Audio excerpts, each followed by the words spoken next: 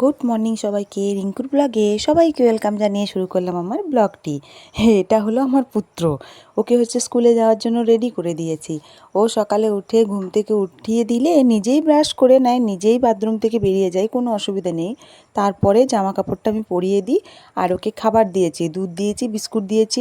তো দুধের সাথে একটু বর্নভিটা মিশিয়ে দিয়েছি, শুধু দুধটা কখনোই খেতে চায় না।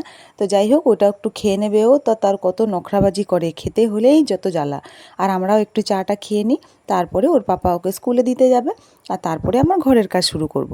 তার আগে ওকে স্কুলে যাওয়ার জন্য রেডি করে দিই।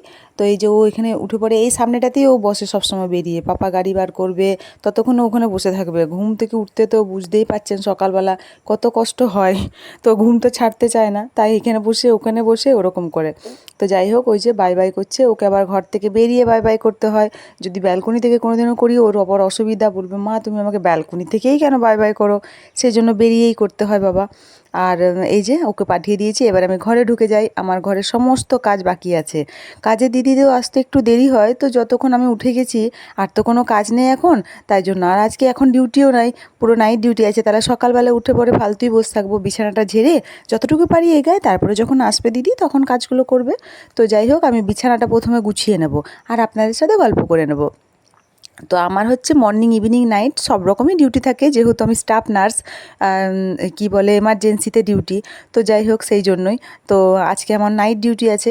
আর নাইট ডিউটি হলে সত্যিই কষ্ট হয়। আজকে কিছু কষ্ট নয়, কাল এসে কষ্ট লাগে, সারা রাত জেগে এসে পরে কষ্ট লাগে খুব কাজ করতে।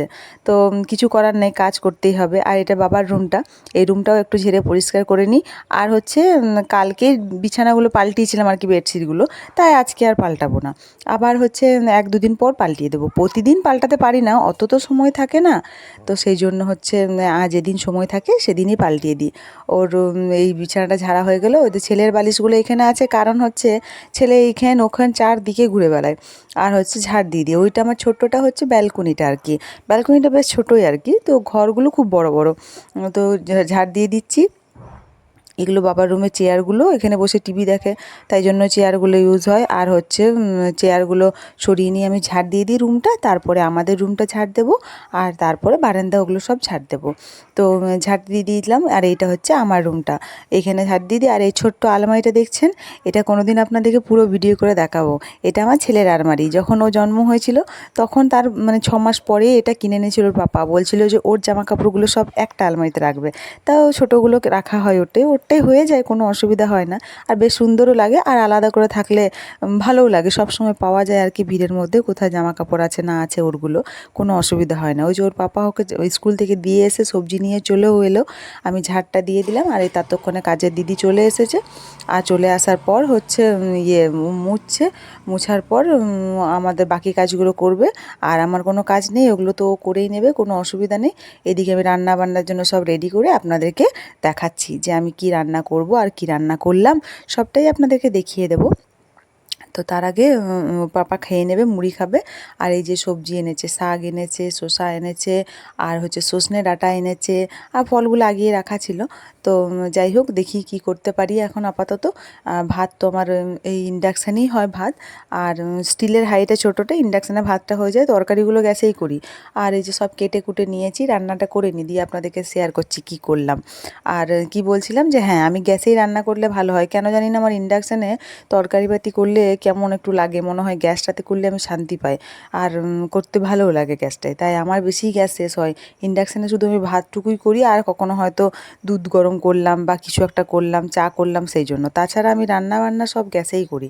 আর এটা একটু চাল ধোয়া জলটা রেখে দিয়েছিলাম, একটু গাছে দিয়ে দিই। তো দেখেছিলাম যে চাল ধোয়া গাছ জবা গাছে বা কোনো গাছে দিলে গাছে ফুল ভালো হয়, সেই জন্য আমিও একটু করে রেখে দিই, কোনো দিন দিয়ে দিই, প্রতিদিন দেওয়া হয় না। আর এই যে ছেলেও স্কুল থেকে চলে এসছে, এই দেখুন স্কুলের টিফিনে ওকে একটা কি বিস্কুট কিনে দিয়েছিল, ও ঘরে এসে খাচ্ছে, কিচ্ছু খায় না, ওরকম বদমাইশি করে। তার মধ্যে আমার রান্নাও হয়ে গেল, আপনাদেরকে দেখিয়ে দিই কী কী রান্না করলাম। ভাত হয়ে গেছে ওইদিকে, আর ভাতটা আগে দেখিয়ে দিই। এই দেখুন, এই ভাতটাতে আমাদের দুবেলা হয়ে যাবে, কোনো অসুবিধা নাই। একটা কাল্লা দিয়ে দিয়েছি ভাতে, ওর পাপা খাবে। আর হচ্ছে ডিমের ঝোল করেছি, আর হচ্ছে সজনে ডাঁটাগুলো মানে ভেজে নিয়েছি আর কি, সেদ্ধ করে একটু, আর ডিমের ঝোল করেছি। আর এটা হচ্ছে পুদিনা পাতা আর তেঁতুল দিয়ে চাটনি করব, সেই জন্য করে রেখেছি। একটু মিক্সিতে গুঁড়িয়ে নেবো, আর শাক ভাজা। বেশ সুন্দর লাগে চাটনিটা, একটু নুন লঙ্কা, একটু চিনি আর পুদিনা পাতা দিয়ে। তো থ্যাংক ইউ সবাইকে।